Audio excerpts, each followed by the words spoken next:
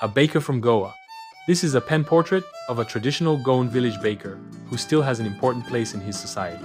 Our elders are often heard reminiscing nostalgically about those good old Portuguese days, the Portuguese and their famous loaves of bread. Those eaters of loaves might have vanished, but the makers are still there. We still have amongst us the mixers, the molders, and those who bake the loaves. Those age-old, time-tested furnaces still exist. The fire in the furnaces has not yet been extinguished. The thud and jingle of the traditional baker's bamboo, heralding his arrival in the morning, can still be heard in some places. Maybe the father is not alive, but the son still carries on the family profession. These bakers are, even today, known as Pada in Goa. During our childhood in Goa, the baker used to be our friend, companion and guide. He used to come at least twice a day. Once, when he set out in the morning on his selling round, and then again, when he returned after emptying his huge basket. The jingling thud of his bamboo woke us up from sleep, and we ran to meet and greet him. Why was it so? Was it for the love of the loaf? Not at all.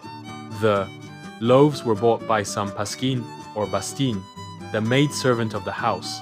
What we longed for were those bread bangles which we chose carefully. Sometimes it was sweet bread of special make. The baker made his musical entry on the scene with the jung sound of his specially made bamboo staff. One hand supported the basket on his head and the other banged the bamboo on the ground. He would greet the lady of the house with "Good morning," and then place his basket on the vertical bamboo. We kids would be pushed aside with a mild rebuke, and the loaves would be delivered to the servant. But we would not give up.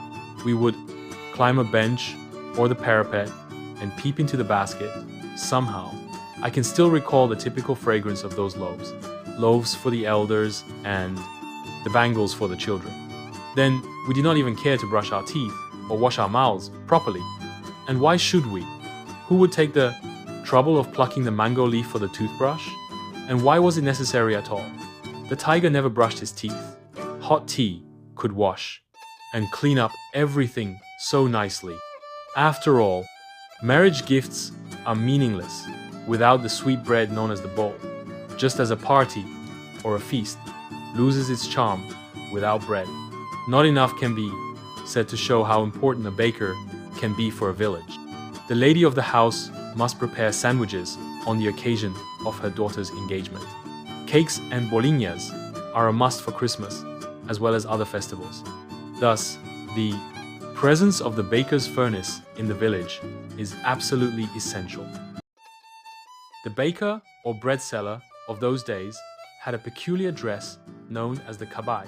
It was a single-piece, long frock reaching down to the knees. In our childhood, we saw bakers wearing a shirt and trousers which were shorter than full-length ones and longer than half pants. Even today, anyone who wears a half pant which reaches just below the knees invites the comment that he is dressed like a Pada. The baker usually collected his bills at the end of the month. Monthly accounts used to be recorded on some wall in pencil. Baking was indeed a profitable profession in the old days. The baker and his family never starved. He, his family, and his servants always looked happy and prosperous.